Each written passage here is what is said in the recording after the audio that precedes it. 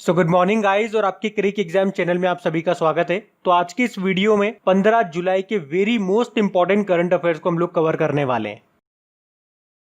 हाल ही में किसे वॉन करमन पुरस्कार 2020 के लिए चुना गया है? तो आंसर होगा के शिवन को। तो इसरो के चीफ हैं ये के शिवन और अभी इन्हीं को इंटरनेशनल एकेडमी ऑफ एरोनॉटिक्स के 2020 वॉन करमन अवार्ड के लिए चुना गया है। तो ये अवार्ड इनको अगले साल मार्च में पेरिस में दिया जाएगा। और आपको बता दूं के शिवन तीसरे भारतीय हैं ये अवार्ड को पाने वाले। इनसे पहले दो भारतीय कौन थे?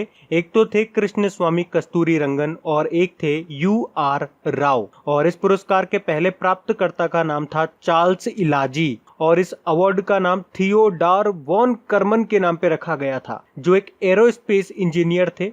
और इंटरनेशनल एकेडमी ऑफ एरोनॉटिक्स की स्थापना भी वॉन करमन ने ही करी थी। अच्छा, ये इंटरनेशनल एकेडमी ऑफ एरोनॉटिक्स इसका हेडक्वार्टर कहाँ पर है? पेरिस, फ्रांस में ही है। तो सिंपल सा आपको प्रश्न याद रखना है कि वॉन करमन पुरस्कार 2020 किसको दिया जाएगा? तो के शिवन को दिया जाएगा, इसरो के चीफ है। बाकी इंदु जैन की बात करेंगे तो 2020 के लिए ICSI lifetime achievement award मिला था। Kiran Mazumdar Shaw EY world entrepreneur of the year 2020 इनको मिला था और ये तीसरी भारतीय बनी थी ये सम्मान पाने वाली। इसके अलावा इनको ऑस्ट्रेलिया का सर्वोच्च सम्मान जिसे कहते हैं ऑर्डर ऑफ ऑस्ट्रेलिया भी मिला था। उसके अलावा गीता सेन भारतीय एक्टिविस्ट हैं, डैन डेविड पुरस्कार जीता था इन्होंने। तो सिंपल सा प्रश्न आपको याद रखना है कि वॉन करमन पुरस्कार 2020 किसको मिलेगा? के शिवन को मिलेगा। के शिवन इसरो के चीफ हैं ये। अच्छा, बात इसरो की है तो थोड़ा सा जान लो इसके बारे में। इसरो मतलब होता है इंडियन स्पेस रिसर्च ऑर्गेनाइजेशन, जिसकी स्थापना 1969 में हुई थी। चेयरमैन हो ही गए के शिवन। और इनसे भी एक प्रश्न बनता है एग्जाम में कि रॉकेट मैन ऑफ इंडिया के नाम से किन को जाना जाता है? तो इन्हीं को जाना जाता है। इसरो का मोटो क्या है? Space technology in the service of human kind. बढ़ते हैं आगे। फिर है हाल ही में किस राज्य के मुख्यमंत्री दर्पण पोर्टल और मोबाइल ऐप को एलाइट्स एक्सीलेंस अवार्ड 2020 मिला है? तो आंसर होगा छत्तीसगढ़। तो राष्ट्रीय स्तर पर छत्तीसगढ़ की मुख्यमंत्री दर्पण पोर्टल और मोबाइल एप्लीकेशन को एलाइट्स एक्सीलेंट अवार्ड 2020 से सम्मानित किया गया है। तो इस एप्लीकेशन में महत्वाकांक्षी सूरजी गांव योजना के साथ साथ छत्तीसगढ़ सरकार की जितनी भी प्रमुख योजनाएं हैं उनका विवरण आपको इस एप्लीकेशन में मिलेगा। और ये सम्मान देश की प्रतिष्ठित IT संस्था एलाइट्स टेक्नो मीडिया ने डिजिटल पहल के तहत दिया है। अब बात छत्तीसगढ़ की है तो ये रहा मैप में छत्तीसगढ़, कैपिटल इसकी रायपुर है। और छत्तीसगढ़ में ही आपको नया रायपुर भी मिलेगा जिसका नाम बदल करके अटल नगर हो गया। तो रायपुर और नया रायपुर अलग अलग है, ये याद रखना। मुख्यमंत्री हैं भूपेश बघेल, गवर्नर है अनुसुईया उइके और यहाँ के चीफ जस्टिस का नाम क्या है? PR रामचंद्रन मेनन। और छत्तीसगढ़ के अंबिकापुर में ही भारत का पहला गार्बेज कैफे भी खुला था। अभी आपको याद होगा छत्तीसगढ़ सरकार ने राजीव गांधी किसान न्याय योजना भी शुरू की थी। छत्तीसगढ़ के जो पहले मुख्यमंत्री थे अजीत जोगी, उनका भी निधन भी हो गया है। इसके अलावा अभी 2-4 दिन पहले ही हमने पढ़ा था भारत की पहली राज्य स्तरीय लोक अदालत ये छत्तीसगढ़ में शुरू हुई है। अभी यहाँ पे पशुधन न्याय योजना भी शुरू हुई थी पशुपालकों को लाभ पहुंचाने के लिए। इसके अलावा छत्तीसगढ़ सरकार ने पढ़ई तुहर द्वार पोर्टल भी लॉन्च किया था।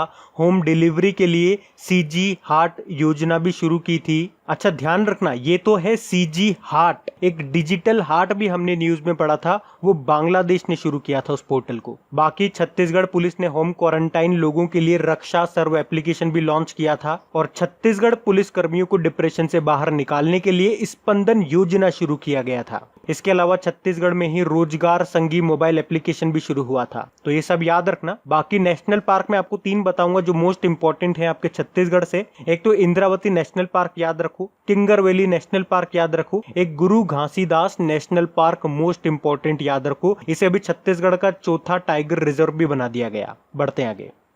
फिर है हाल ही में भारत का एकमात्र गोल्डन बाघ ये किस राज्य में देखा गया? तो आंसर होगा असम में। तो अभी असम में जो काजीरंगा नेशनल पार्क है उसमें एक सुनहरा बाघ यानी कि गोल्डन कलर का टाइगर देखा गया है। कहाँ पे? काजीरंगा नेशनल पार्क में। अच्छा, काजीरंगा नेशनल पार्क ये किसके लिए फेमस है? कई बार बता चुका हूँ, एक सींग वाले गेंडों के लिए फेमस है ये। अच्छा, गोल्डन बाघ, देखो यहाँ से आप 2 पॉइंट कनेक्ट कर सकते हो। एक तो अगर मैं गोल्डन की बात करता हूँ तो अभी हमने पढ़ा था कि गोल्ड से बना हुआ पहला होटल ये कहां पर है? ये आपको मिलेगा वियतनाम में। और बाघ यानी कि टाइगर से एक मोस्ट इंपोर्टेंट क्वेश्चन आपको रिवाइज कराता हूं। भारत में 2018 में बाघों पर जो सर्वे किया गया था उसे गिनीज वर्ल्ड रिकॉर्ड में दर्ज कर लिया गया है। तो ये मोस्ट इंपॉर्टेंट क्वेश्चन है इसको याद रखना। बाकी अब असम की बात है तो ये रहा मैप में असम। कैपिटल इसकी दिसपुर है, मुख्यमंत्री है सर्बानंदा सोनोवाल, गवर्नर है जगदीश मुखी और यहाँ के जो हाईकोर्ट के चीफ जस्टिस है उनका नाम क्या है, अजय लांबा।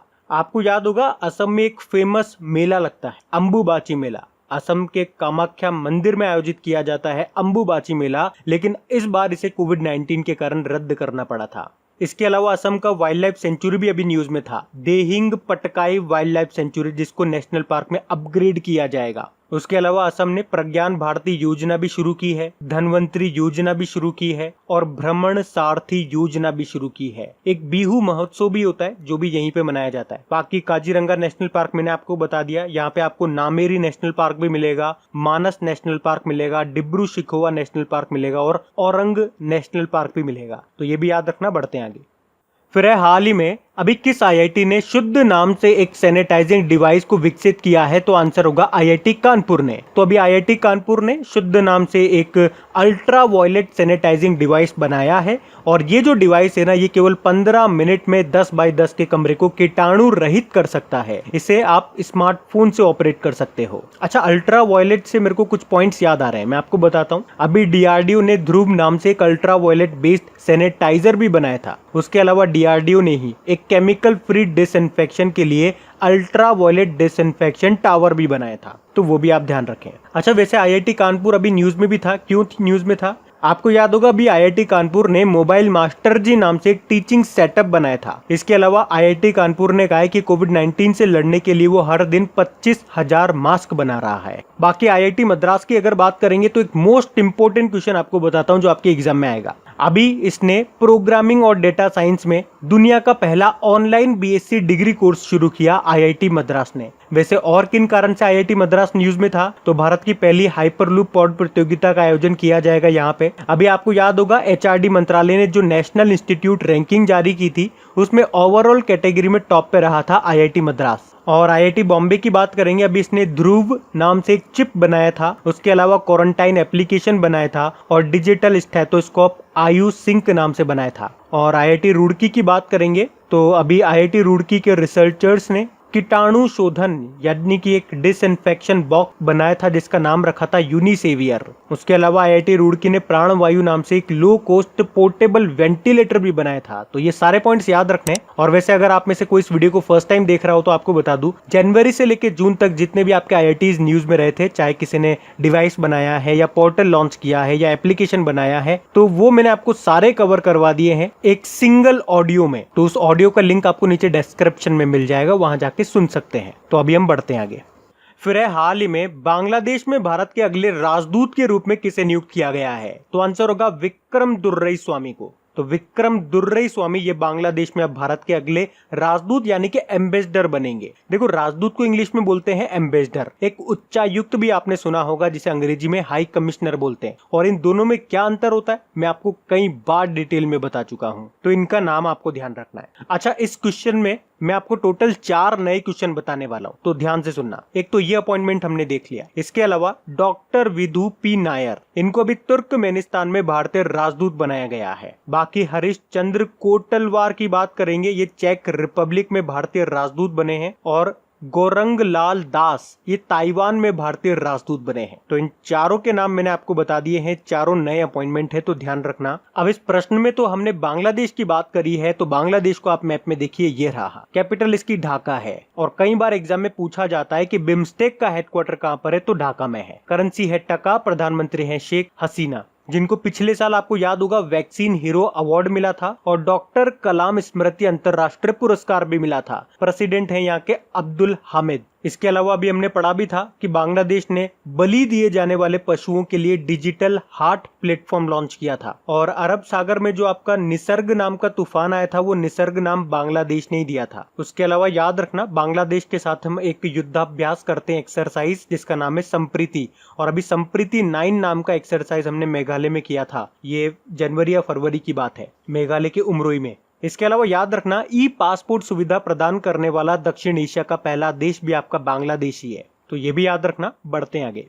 और गाइज अगर वीडियो आपको अच्छा लग रहा है तो प्लीज इसे लाइक करते हुए चलना। देखिए आप लोगों ने अभी लाइक किया है या नहीं किया है, नहीं किया है तो अभी इसको लाइक कर दीजिए, लास्ट तक आप लोग भूल जाओगे मैं कह रहा हूँ। और हाँ, इसे शेयर भी जरूर कर देना अपने दोस्तों के साथ में। और अगर आप में से कोई स्टूडेंट इस चैनल को फर्स्ट टाइम देख रहा है तो आप इस चैनल को सब्सक्राइब कर सकते हैं। सब्सक्राइब करने के बाद में पास में बेल आइकन को जरूर प्रेस कीजिएगा ताकि आगे के आपको नोटिफिकेशन मिलते रहें, ताकि आपसे कोई भी वीडियो मिस न हो। बेल आइकन को प्रेस करना जरूरी है। चलिए बढ़ते हैं आगे।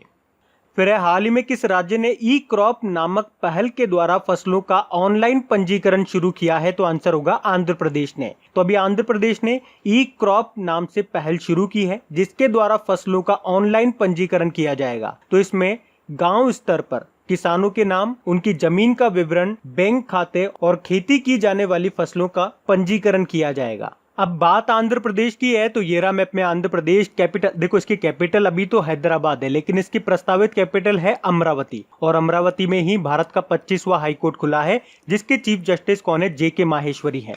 यहाँ के मुख्यमंत्री हैं जगन मोहन रेड्डी और गवर्नर हैं विश्वभूषण हरिचंद्रन। अभी हम लोगों ने पढ़ा भी था 8 जुलाई को आंध्र प्रदेश में किसान दिवस के रूप में भी मनाया गया था। कुछ योजनाएं मैं आपको बताता हूँ आंध्र प्रदेश से जो भी न्यूज में रही थी। एक तो याद रखो रायतू भरोसा योजना आंध्र प्रदेश की है और इसी से मिलती जुलती एक और योजना है रायतू बंधु योजना, वो आपकी तेलंगाना की है। बाकी अम्मा वोडी योजना की बात करेंगे, नेस्तम नेस्ता योजना की बात करेंगे, नवरत्नालु पेदलंदरिकी इलू योजना की बात करेंगे, या जगन्ना विद्या दिवेना योजना की बात करेंगे, या जगन्ना वस्ती दिवेना योजना की बात करें, या जगन्नान चेदुणु योजना की बात करें, या वाईएसआर कापू नेस्तम स्कीम की बात करें, तो ये सब आपके आंध्र प्रदेश की है। अभी आपको याद होगा आंध्र प्रदेश ने मोबाइल हैंड वॉश सुविधा भी शुरू की थी। उसके अलावा याद रखना भाषा के आधार पर गठित होने वाला पहला राज्य आपका आंध्र प्रदेश ही है। देश का पहला दिशा पुलिस स्टेशन आंध्र प्रदेश में बना है। अभी चुनावी भ्रष्टाचार को रोकने के लिए निगाह एप्लीकेशन भी लॉन्च किया था।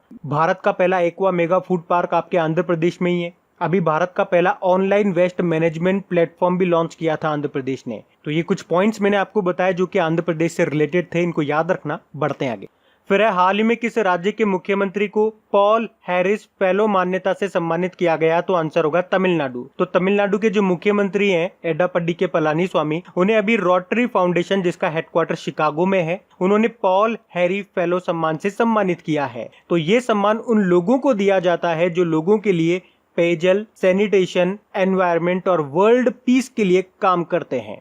तो ये आपको याद रखना है। बाकी तमिलनाडु की बात है तो ये रहा मैप में तमिलनाडु। कैपिटल चेन्नई है और चेन्नई में ही आपको मिलेगा चमड़ा अनुसंधान केंद्र। मुख्यमंत्री एड्डापड्डी के पलानीस्वामी हो गए, गवर्नर है बनवारी लाल पुरोहित। और अभी तमिलनाडु का 38वां जिला बना था मयिलादुतुराई। तमिलनाडु में आपको एक मंदिर मिलेगा जो एग्जाम में पूछा जाता है, मीनाक्षी मंदिर कहाँ पर है? ये तमिलनाडु में है। और सबरीमाला मंदिर ये आपके केरल में मिलेगा। उसके अलावा अभी हमने एक रिपोर्ट पढ़ी थी आरबीआई की, उसने बताया था कि वित्त वर्ष 2020-21 में बाजार कर्ज के मामले में टॉप पे रहा था तमिलनाडु। इसने 30,500 करोड़ रुपए का कर्ज ले रखा है। उसके अलावा एक central marine fisheries research institute की रिपोर्ट आई थी, उसने बताया था कि 2019 में समुद्री मछली उत्पादन में तमिलनाडु टॉप पर है। और अभी तमिलनाडु के तंजावुर नेती वर्क्स और अरम्बवूर वुड नक्काशी को जीआई टैग भी मिला था। और तमिलनाडु ने अपने सरकारी कर्मचारियों के रिटायरमेंट एज को 58 ईयर से बढ़ाकर 59 कर दिया। तो ये भी याद रखना। बढ़ते हैं आगे।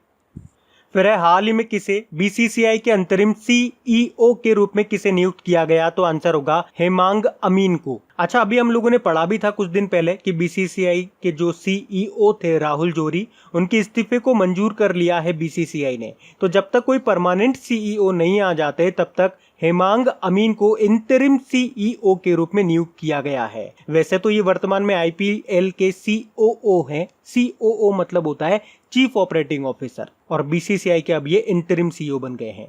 बाकी शशांक मनोहर की बात करेंगे, आईसीसी के चेयरमैन थे लेकिन अभी इन्होंने इस्तीफा दे दिया। राहुल द्रविड़, देखो 2 पॉइंट बताता हूं इनसे मैं आपको। एक तो पिछले साल नेशनल क्रिकेट एकेडमी के प्रमुख बने थे ये, और अभी कुछ दिन पहले विजडन इंडिया ने एक पोल कंडक्ट करवाया था जिसमें राहुल द्रविड़ 50 सालों में बेहतरीन टेस्ट बल्लेबाज बने हैं। रविंद्र जडेजा की बात करेंगे तो अभी विजडन ने 21st सेंचुरी का मोस्ट वैल्यूएबल खिलाड़ी चुना था। दुनिया में बात करेंगे तो श्रीलंका के मुथैया मुरलीधरन को चुना था, और भारत में बात करेंगे तो रविंद्र जडेजा को चुना था। बाकी बीसीसीआई मतलब होता है board of control for cricket in India, स्थापना 1928 में हुई।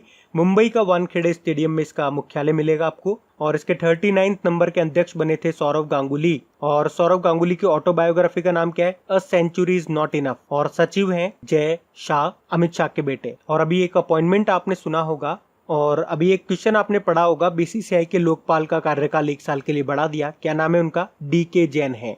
बढ़ते हैं आगे।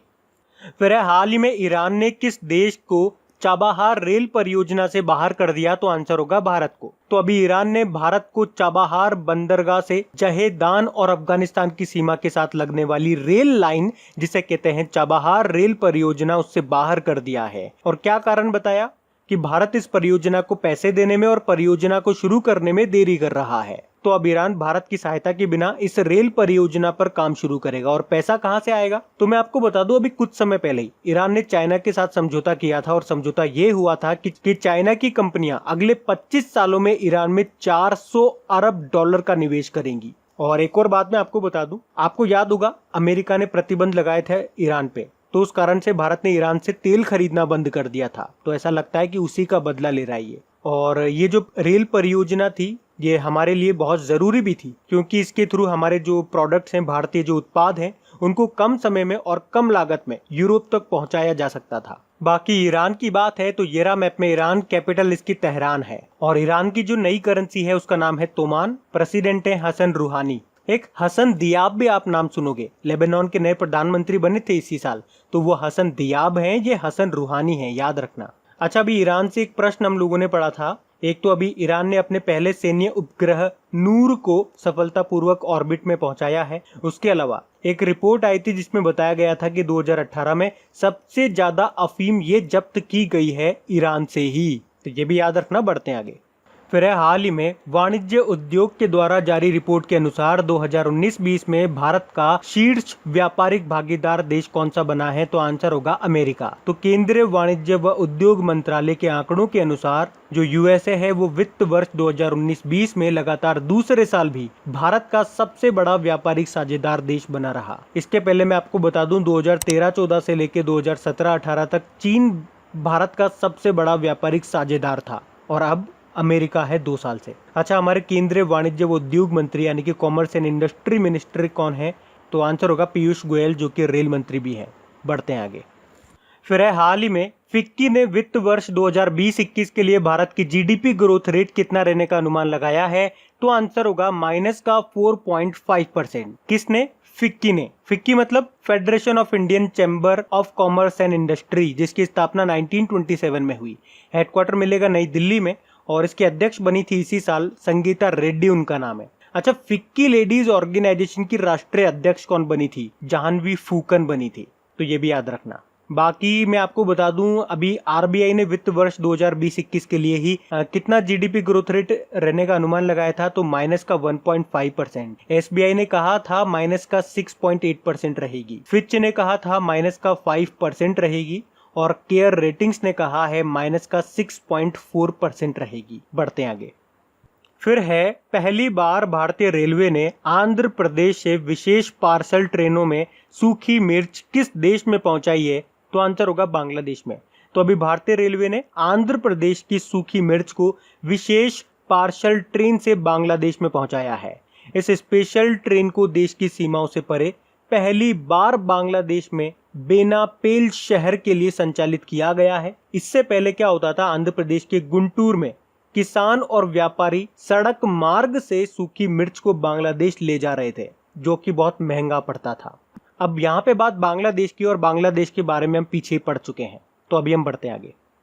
तो कल की वीडियो में आपसे पूछा गया था किस राज्य के नादौन पुलिस थाने को देश के सर्वश्रेष्ठ पुलिस थाने का दर्जा दिया गया? तो आंसर होगा हिमाचल प्रदेश। आप सभी ने प्रश्न का बिल्कुल सही उत्तर दिया है। और गाइस प्लीज वीडियो को छोड़ने से पहले एक बार चेक कर लीजिएगा आपने इस वीडियो को लाइक तो कर दिया है ना। अगर पसंद आता है तो प्लीज इसे एक लाइक जरूर दीजिएगा और हो सके तो अपने दोस्तों के साथ में शेयर जरूर कीजिएगा। वीडियोस को बनाने में बहुत मेहनत लगती है और अगर आपको हेल्पफुल लगता है, मेहनत अच्छी लगती है, तो इसे शेयर जरूर करना।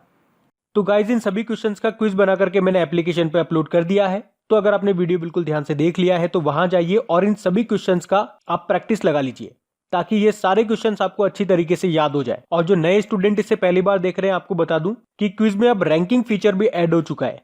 तो अगर आप कम समय में ज्यादा से ज्यादा क्वेश्चन राइट करते हो तो आपका नाम आपके फोटो के साथ टॉप 10 स्टूडेंट्स में आपको दिखाई देगा। आपको ही नहीं, जितने भी लोग क्विज लगाएंगे उन सबको दिखाई देगा कुछ इस तरीके से, ताकि आपको भी एक अंदर से मोटिवेशन मिल सके कि आपको भी यहां तक पहुंचना है, ताकि सब लोग आपको टॉप 10 में देख सकें।